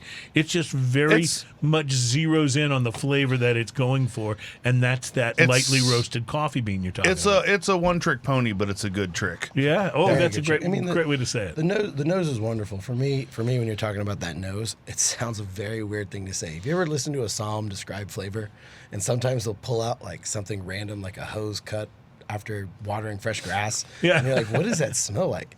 The first thing when I smelt this, now this might be because I just started using wet dog food for my dog, but it actually was the opening of a good wet dog food can. It had like a weird cereal graininess. Now, is this the cereal grain thing? Is this something you like or dislike? It's become a pleasant like nose See, for some okay, reason. I understand this because I don't understand it. I opened the little tub. We feed Gracie a mix of things. She eats like a royal princess, but one of the things we add to her food bowl is a little bit of the stuff out of the tubs. You know, those little plastic tubs. Man, sometimes when you open that stuff up, it smells really good. It doesn't smell bad. I mean, No. my dog's 16 now, so we're trying to kind of find new food for her. But I don't even know how to feed my animals anymore. I have cats and dogs, and my wife has this process. In the morning, the dog gets part of this wet food and some dry food. Yeah, The cat gets part of it. I have no idea. Like, I don't even know what to do anymore. I would just be like, just put stuff in bowls. You know? All I know is that my dog eats better than I do. That's all. That's all. Most I know. definitely. So That's does mine. all I know. Well, I think this is delicious. You're from the Dallas-Fort Worth area. Is community a big deal there? Is it one of the leading local craft breweries, or is it up and coming? How would you describe it in the echelon of Dallas craft brewing? For what it is, when it launched, Community and Peticolas, those breweries really helped get breweries in the city, because for the longest time the city wouldn't allow breweries to be within the city limits. So you had to be on the outskirts or somewhere else in the. Yeah. You would talk about this brewery that's an hour and a half, 2 hours outside the Rahr city. and Sons in Fort Exactly. Worth And or you're like, whatever. Yeah. Oh, okay, great. But because of a person by the name of Mike Peticolas, he helped get people like Community and himself and his brewery in. Brain Dead, God rest its soul. It's no longer around, but really great breweries got to start to kind of be within the city limits, and it allowed beer drinkers to intimately interact with those that made it, which is, you kind of need that, right? Yeah. That tangibility It's really part of what helps. ties it to the community, I think. Completely You agree. can totally see that. I live very close to Edo, which is east downtown, and there's several really good breweries in that area, and they are so much a part of the fabric of that community Completely. of this city, and it's totally the way that they set themselves up. It's part of who they are. Oh, yeah, and these guys are in the design district in Dallas. I mean, I'm from Houston, but I live in Dallas, and they're in the design district there, and they've kind of been the linchpin to growing that neighborhood. Yeah. And it's kind of amazing. What about Martin House? Those guys seem like they're kind of nuts, and They I are mean nuts. in a good way. They're beautifully nuts. Yeah. They're very, very crazy people. They're like, how weird can we get? I know. I have been love to that brewery actually. You have been there? Yeah, Yeah, years ago, and they were just a warehouse with some picnic tables out back and Kind of like Brash. stuff like that. And you walked in. Yeah. And you walked in, and they had all these cans that said "Oklahoma Sucks." Do you remember that beer that they had? Yeah. They had a beer called "Oklahoma Sucks." If you ever go look on their gin and juice video, one of their guys came into a bar I was working at, and he's like, I need you to help me with this video. I was like, sure, what do you need us to make? He's like, no, you're going to be in it. And it's this just Oh, so you're in the video. Oh, it's the silliest thing of everyone pretty much drinking gin and OJ and or the gin and juice beer to the actual song Gin and Juice. Oh, nice. It's Snoop awesome. Little Snoop Dogg. It's wonderful. Speaking of Snoop Dogg, by the way, did you watch the Super Bowl halftime this year? It was amazing. I thought it was awesome. Absolutely and amazing. I'm going to be honest with you. I had very low expectations, except for one thing, and that's that Dr. Dre generally knows what he's doing. Yeah. But still, so often when you see rap shows in like a huge stadium type environment, it's just kind of a not done mess. well. Yeah, it was so No, that good. was fantastic. It was so good. I was so pleased with it. All right.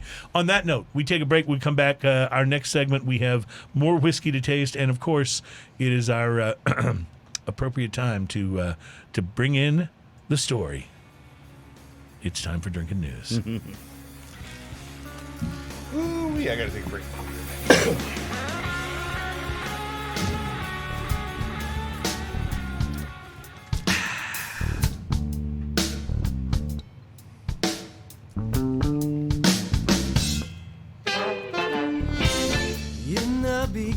Welcome back. It is Smoking and Toasting. Our program is all about craft beer, fine spirits, and hand-rolled cigars. Austin from Heaven's Door is our guest on the program. Thank you for braving life and limb to make it here to the studio today.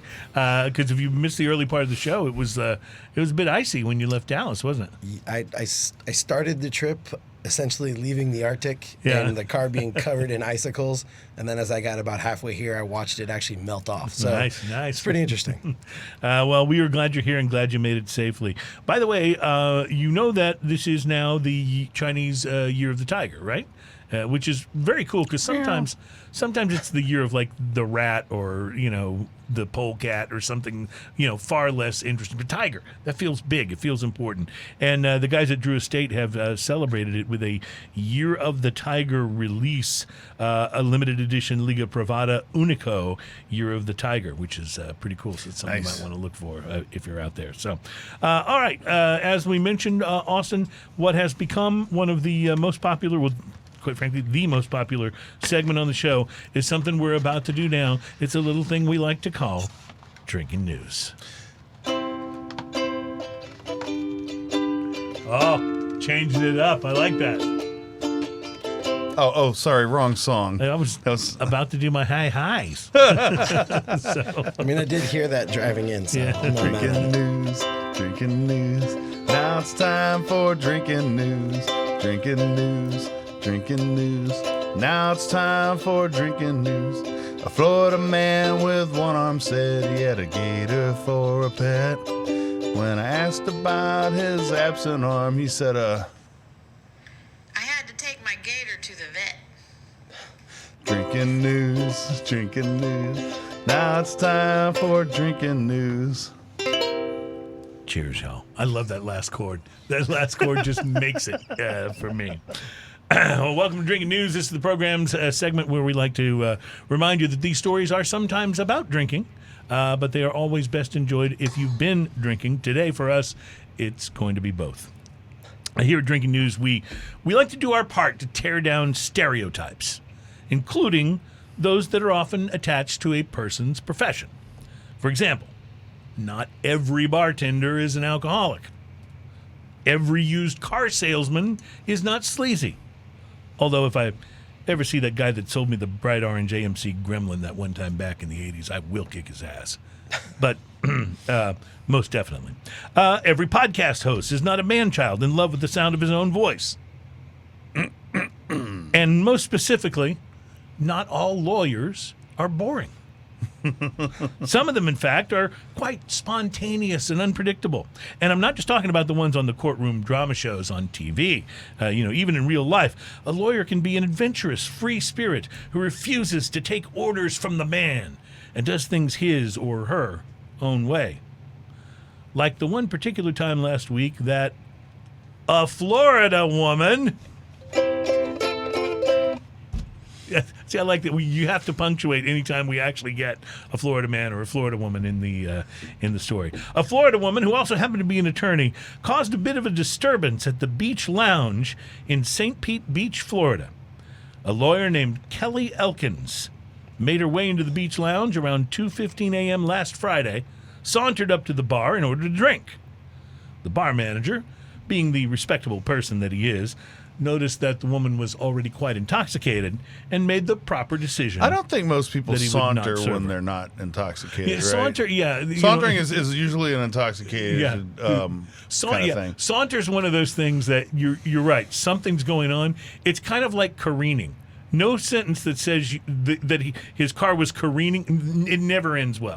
Right. You never careen to a comfortable stop at the red light. right. You know what I'm saying? And you never saunter to a sober, Sober engagement, right. Exactly. Well, the bar manager, being the responsible person that he is, noticed that she was already quite intoxicated, and so he made the proper decision that he wouldn't serve her. This didn't sit well with Kelly Elkins, who was determined to have another drink and was damn well going to do everything she could think of to try and get one. So after pleading again to no avail, Elkins decided to take matters into her own hands and disappeared in the restroom, where she proceeded to remove all of her clothes. She then emerged back out into the bar, quote, unclothed and completely naked, end quote, according to police, to see if she'd have better luck at getting a buttery nipple or some other kind of drink by ordering completely nude. Instead of serving her a sex on the beach or a strawberry blowjob, the bar manager again refused her request and demanded that she put her clothes back on immediately. And when the lawyer, who seemed to be enjoying her naked bar experience despite not being able to buy a drink, when she refused, police were called to sort out the situation. Upon arriving at the beach lounge, a Pinellas County sheriff noted that Elkins was still naked and had to be repeatedly told to get dressed. But the attorney would only put on a hoodie, which she then refused to zip up. And according to police, Elkins told the cop she was too tired to put on her pants. We've all been there. I have a question. Yeah.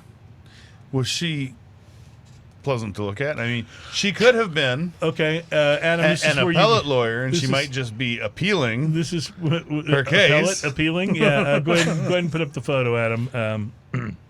Oh, yeah. You Yeah. have a photo. Yes, There's it's digital photographic evidence. It's not a naked photo. It's more like the. No, it's she's The got mugshot. It's more like she's the got the mugshot. look on her face. Look at that. Her naked antics played out in front of several bar patrons, according to police. Charged with disorderly conduct, Elkins was booked into the county jail, from which she was later released on her own recognizance. The lawyer has not revealed if she plans to represent herself in court or whether she plans to appear there naked as well. We don't know. So what have we learned here? Well, for one, not all lawyers are boring. Some of them can be spontaneous and willing to strut their stuff to try to get a drink. We should also note that if you really want to get naked and have a drink, there are bars where that actually works. I distinctly recall buying quite a few rum and cokes for a naked girl who said her name was Cinnamon at a bar called the Landing Strip in Austin back when I was in college. So there's Landing that. Strip. Yeah. No, that's a real place, by the way. Perhaps more importantly, or most importantly, we should also mention that we've now initiated a new policy here at Drinking News for any woman who would like to go to the same extremes as Kelly Elkins. Anytime you want to show up naked at our studio during the Drinking News segment, we would be happy to share some of our beers and our spirits with you. There's usually plenty to go around. We can only hope that if any woman does decide to take us up on our generous offer, it will be better looking than Kelly Elkins. We'll take our chances. That's our new policy, and that is your Drinking news. Drinking news. That's our time for drinking news. cheers, y'all. It was kind of hard to make that one funny, but it was still so absurd. No, it's pretty good. It's still so absurd that I just had to do it. You know what's really interesting? I was in St. Pete that day. That Were you day, really? Yes, I was there all last week. Had you heard about the altercation? No, not till right now. You know, the most interesting thing to me is that they were still serving at 2:15 a.m. at the bar. Man, you gotta love Florida. Yeah. You know, but you also have to wonder if that's why there's such a proclivity of Florida man and Florida women stories because of how late they serve. You know, I do remember I used to spin records at a little like alternative dance club in Panama City Beach, and we'd be open. We stayed open as long as people kept buying liquor. Really? Yeah, there was no 2 a.m. last call for So alcohol. why don't we hear these good New York stories, like the 6 a.m. bars in New York? Yeah, don't really I hear don't anything know. fun that way. I just don't think people in New York have the same spirit of crazy that they have in Florida. I just think it's a Florida thing, It very much so is. Anyway, In all due respect. that, my friends, is your drinking news. That was a beautiful thing. Yeah, it was indeed. So we're still drinking whiskey here today, and we're still drinking Heaven's Door. Do you have a couple cups left? I do. Stan, talk amongst yourself. So, Rhode Island is neither a road nor an island. Interesting. How do Tell you me feel more. about that? Ooh, that was good. The first one was better. It had a good. So this pop is to the it. double barrel we're about to go into right now. Right? This was the one that came out of The conversation. Like I said, Oh, right. beneficent error. Right. The other two were planned. This one was a happy mistake. Exactly. Or maybe not a mistake, but it was a happy discovery. That was my So nickname in high school. So Happy mistake? where I said Legion had a maybe like a good So my wet dog parents used food to call smell. There's another psalmism I always kind of bring up with our double barrel. So we were kind of talking about flavors, talking about front notes, middles, backs, and what created these flavors. And one of the really most interesting conversations is back to the Bob Dylan in the room. He talked about whiskey having a flavor like an old wooden structure. Now, to people with imagination, artists and so forth, you can start to kind of take that picture and put it into flavor. Sure. But when you're talking to people that maybe are a little more direct about production, you say that to them and they just kind of go, what? How do Right, I no, I get it, translate yeah. this? Do I need to go chew on some old wood? Do I need to go to a barn and just start huffing corners and maybe find a way to get that flavor? And so it really came to, and I think we talked about it earlier, the idea of how do you bring in this wood? How do you make sure that it's not a punch in the face? We talk about Texas whiskey. We don't really have seasons, even though we've had 2 freezes in Dallas the beginning of this year already. It's very wood forward. The barrel is very present in the flavor profile. So the idea was, how do we bring the barrel into the fold without it taking over everything else? And so, like I said, it took about 103 iterations.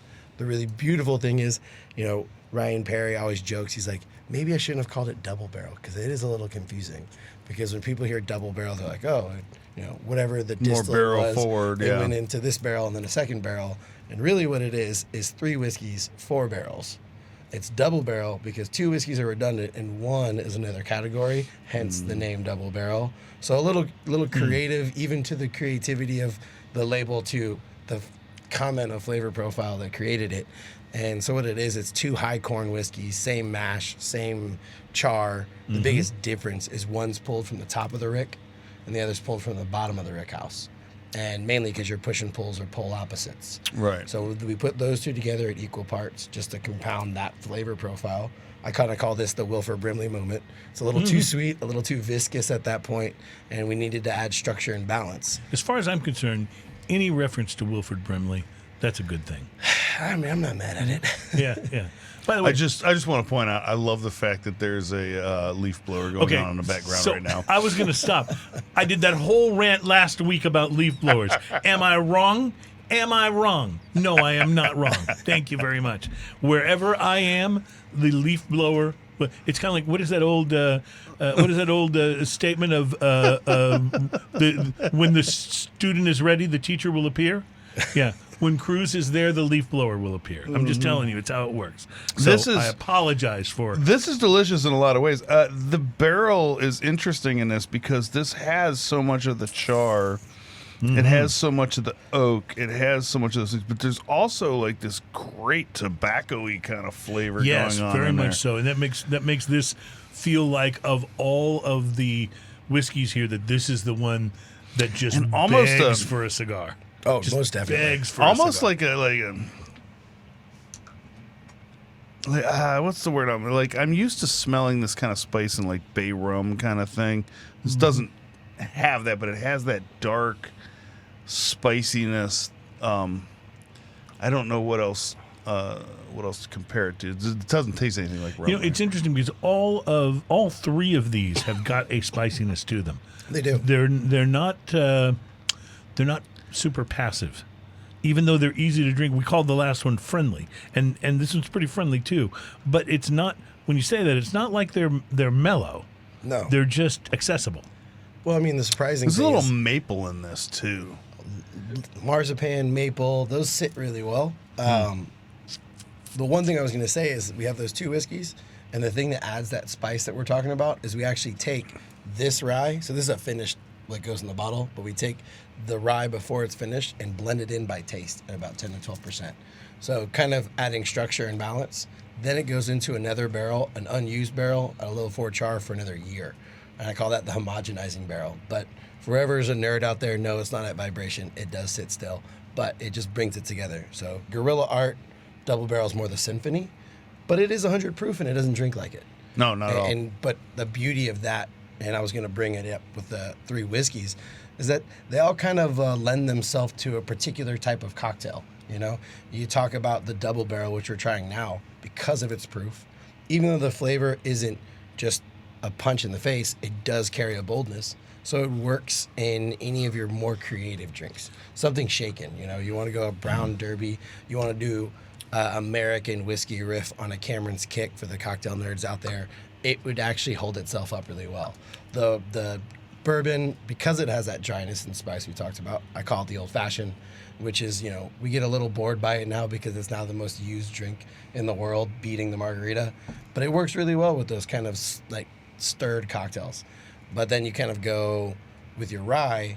I like to kind of say it fits really well with a Brooklyn and a Manhattan, both responses to the martini. So you're kind of like, interesting. But I think it works really well in both of those. So this box collection, which this is available at retail, right? It You is. can buy that's with the 3 different, which is awesome because I love being able to, you know, do these comparisons Sample some and different stuff things. like we do. And it's not a tiny bottle either. This Right. is actually a substantial amount. That's right. a 200 ml right there. If you get, can enjoy. if you pick out an early favorite, you got enough of it that you can continue to enjoy it.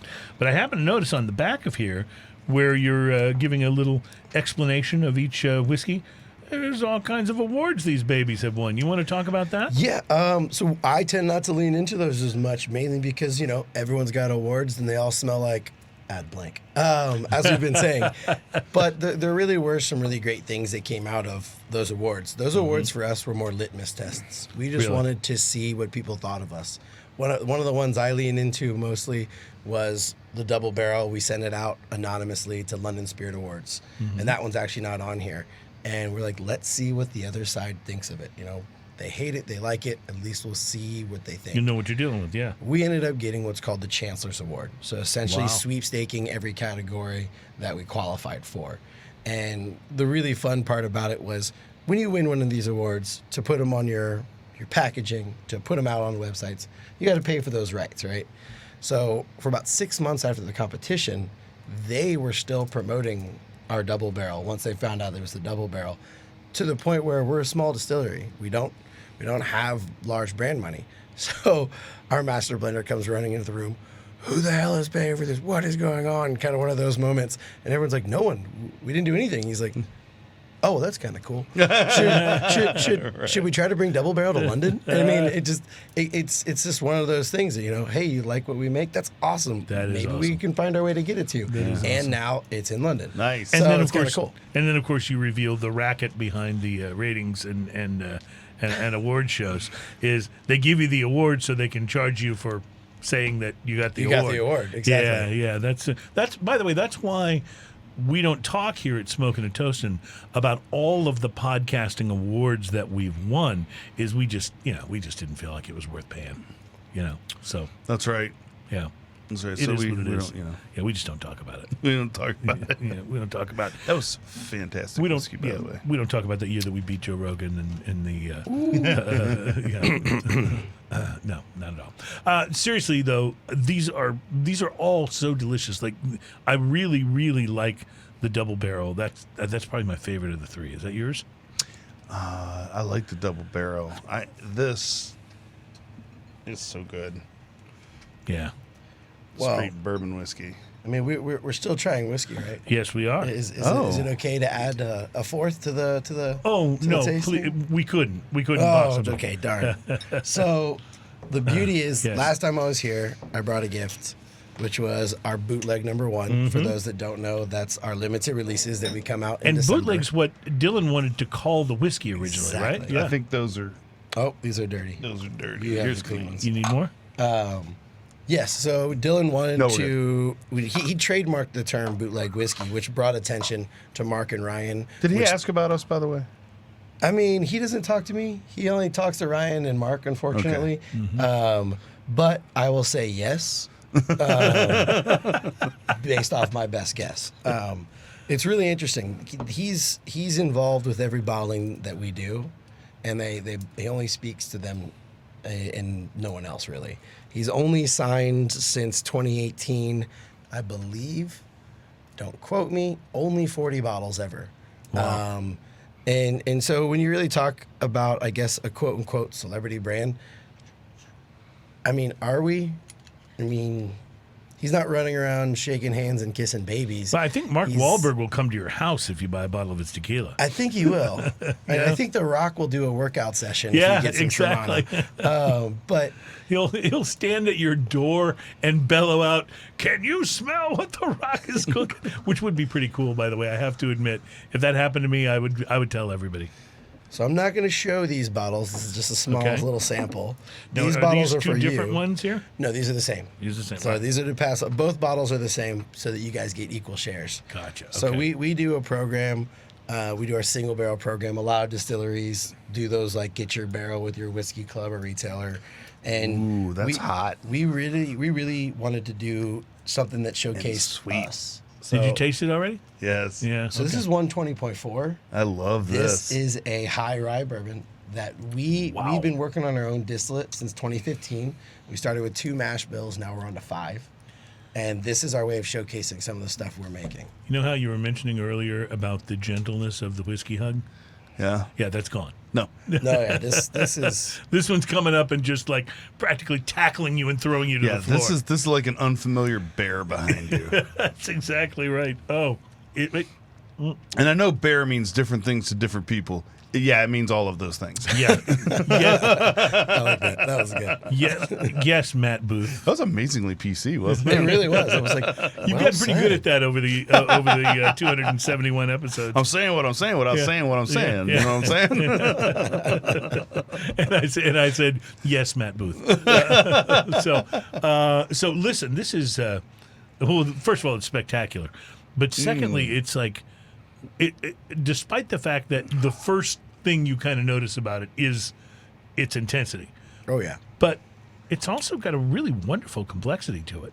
It's really, you're sort of waiting for your palate to identify the flavors. What are you picking up, Ian? So the other ones, all of these had a little cinnamon note to them. Mm-hmm.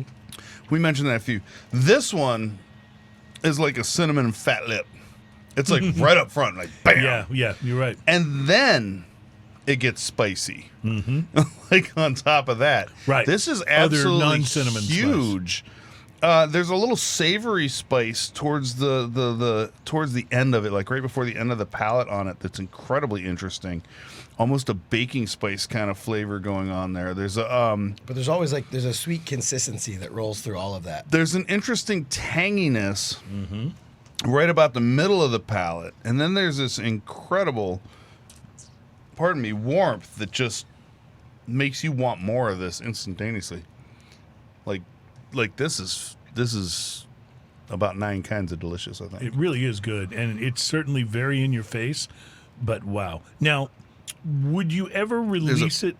There's a great minerality, and Yeah, especially on the finish, which yeah. a lot of times happens so much in the finish, but right in the middle of the flavor is very, very mineral. Would you ever release it this way, or would you tone it down So if you were to this sample specifically, if picked by whomever, will be released exactly this way. So if I were to sample this, if I'm, say, a retailer, and I were to say this is the one, then I would be the exclusive place for people to buy bottles that come from this particular barrel, correct? Exactly. That's That whole really barrel, cool. that whole barrel would be 100% yours, and no barrel, essentially, for those who've ever been to rick houses. Right. Not every barrel that sits next to one another tastes the same. Exactly. Some yeah. can be day and night in comparison of flavor. So, But what's it's interesting something about fun. this is that it lets you know that if you're in your favorite retailer and you see that there is an expression that is, unique, what would it look like compared to these if it were on the shelf? So on the shelf, these are kind of obviously your miniatures of our core line. Right. But You're- they're what the big bottles look like. The bottle looks bigger, yeah. You'll still have a bigger label here, and instead of this kind of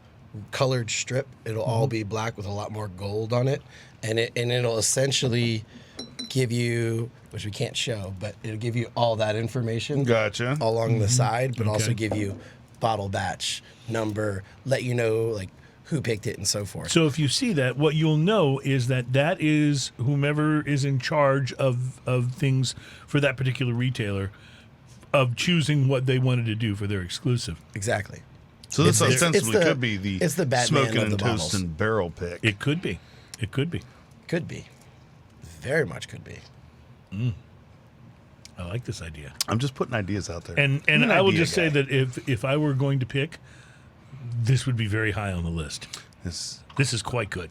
I'm in love with it because, as you know, when any distillery starts, you're not just putting out 100% your juice yet because it's in weight, it's aging, it's maturing. Right. And, we worked with partners in the interim, and this is when we finally started to kind of put our stuff out. 100% us. And it's like, you And get to that's pick the- your barrel that's- and see what you think. Got to be the really exciting time for a distillery. Oh, You know? it's- when you can goosebumps. transition from just what you've been blending from others to stuff where this has been sitting in your warehouse. This tastes like cinnamon toast crunch liquor. It's amazing. like cinnamon toast crunch for big Most kids. definitely. I completely agree. Yeah. And that's technically when I picked this one specifically because when you're talking about cask strength, I really like our whiskey at about 118 to 120. Makes it's me- just a sweet spot. It's Makes- almost sexual. Makes me think of Cookie Jarvis. Wasn't that the wasn't that the mascot for I forgot about Cinnamon that, Toast Crunch? Because that's always what I call Eric Jarvis. I always call him Eric Cookie Jarvis. He's a musician from around town. So yeah, this is really, really spectacular. I almost want to pour this over ice cream.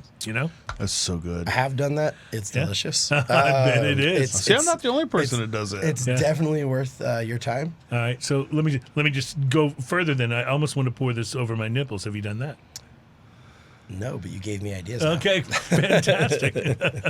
I mean, I want to put it on my nipples, and they're not even sensitive. Yeah, well, that sucks I mean, for they might you. be afterwards. I don't know. That yet. sucks for you. All right, we got to take a break. We'll be back with our final segment. But wow. So the chances of running into this on a retailer's shelf would really be about it being this or something like it. Yes. Would be about that retailer doing the barrel program with you guys. Correct. And have you had a number of those happen so far? Is it? We've had a few of them.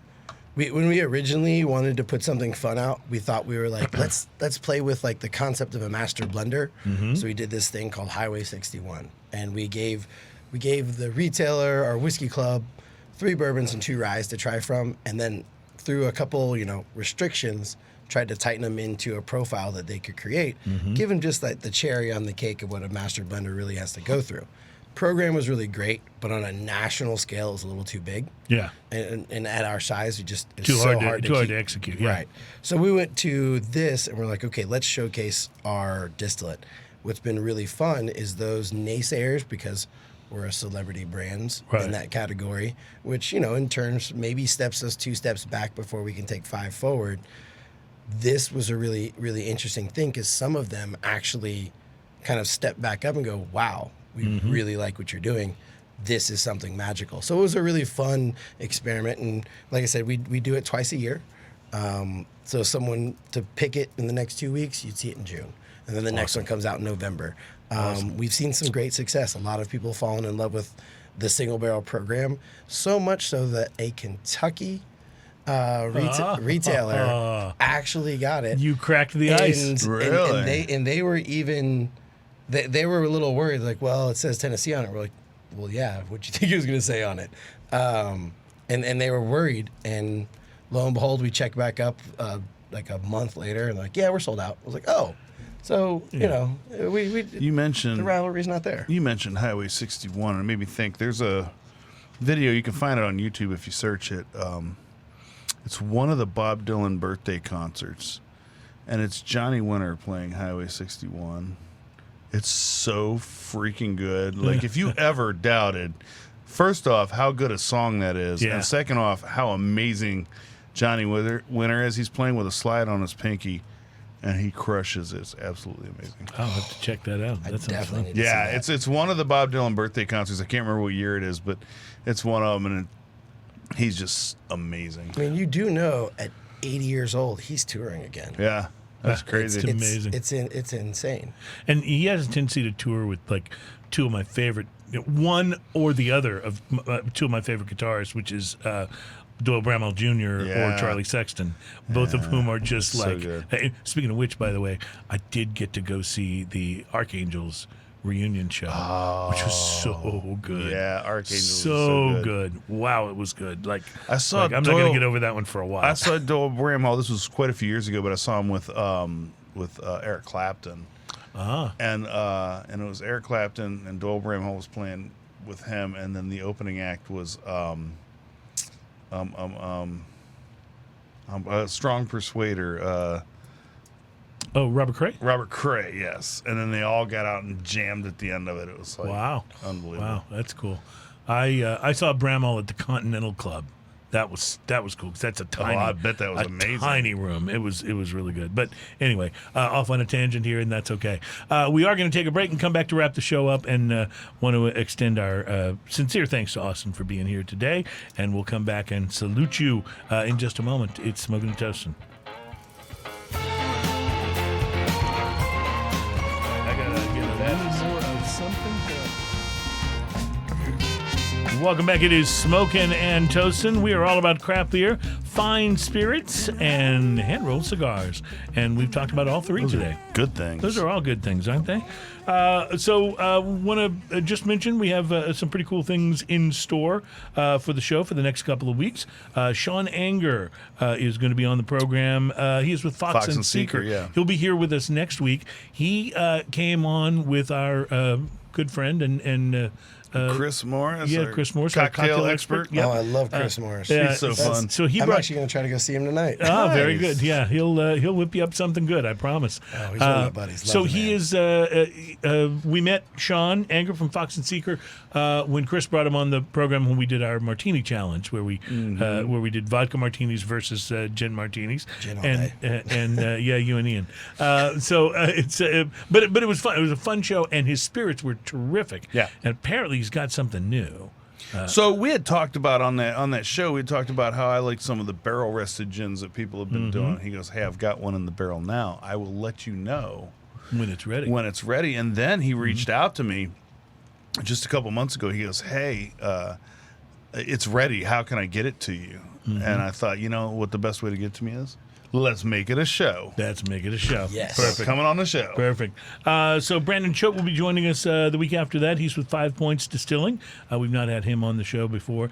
And then St. Patrick's Day is the 17th of March, and we're hoping to do a little Guinness special. We're going to do one of two Wouldn't that things. be nice?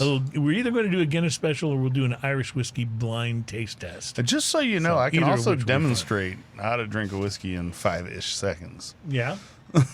Or not whiskey, I'm sorry, I was gonna Guinness. say, hold on, Guinness, Guinness, yes. right? Yeah, I was gonna say I still whiskey. want to see that. Yeah. Well, that might be St. Patrick's Day. And then on the 24th, Docs will be joining us, our good friend Greg Duxakis from Plantation Rum. and Docs he's going to is be so bringing fun. I love he's going to be Docs. bringing along Michael Garfield. So this should Really? be Yes, this should be a Fantastic. very The high-tech Texan. Yes, it should be a even. very Yes. interesting show. I've So- listened to his show so many Yeah, times. yeah. So we have all of that to look forward to. So, Austin, thank you so much for coming in today and for bringing all these goodies and sampling the beers and stuff with us. But mostly, thanks for risking your life to get here. And we appreciate that. I think about you guys a lot, and I'm going to tell you why.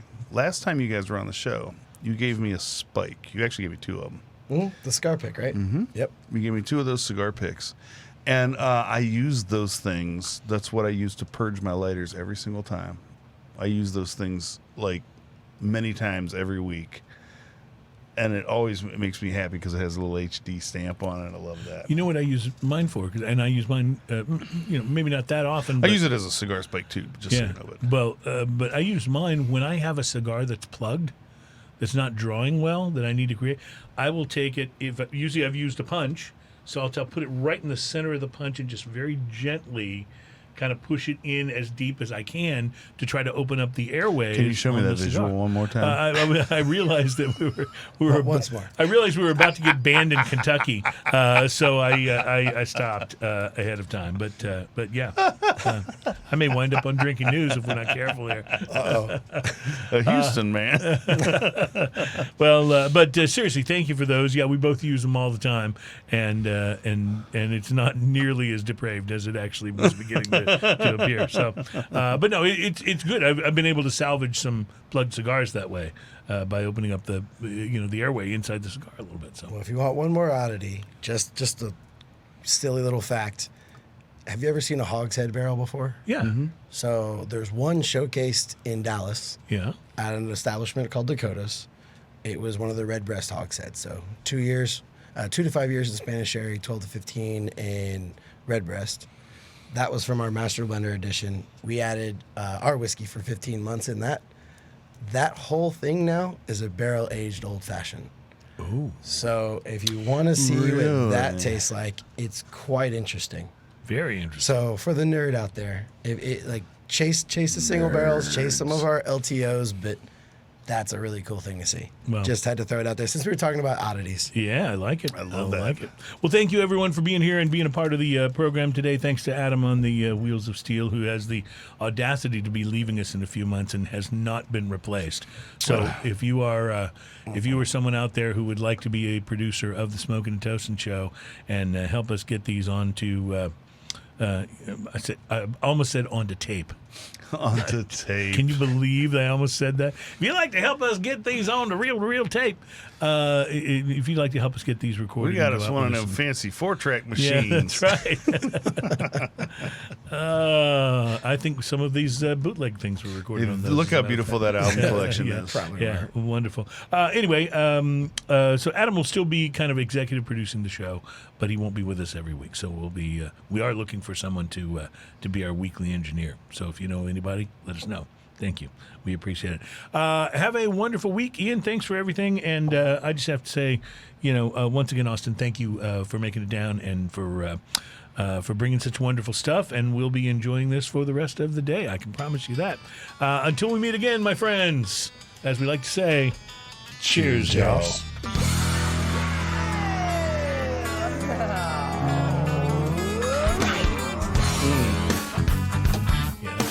That is my absolute favorite. Yeah, it wasn't a lot of shit on the label, but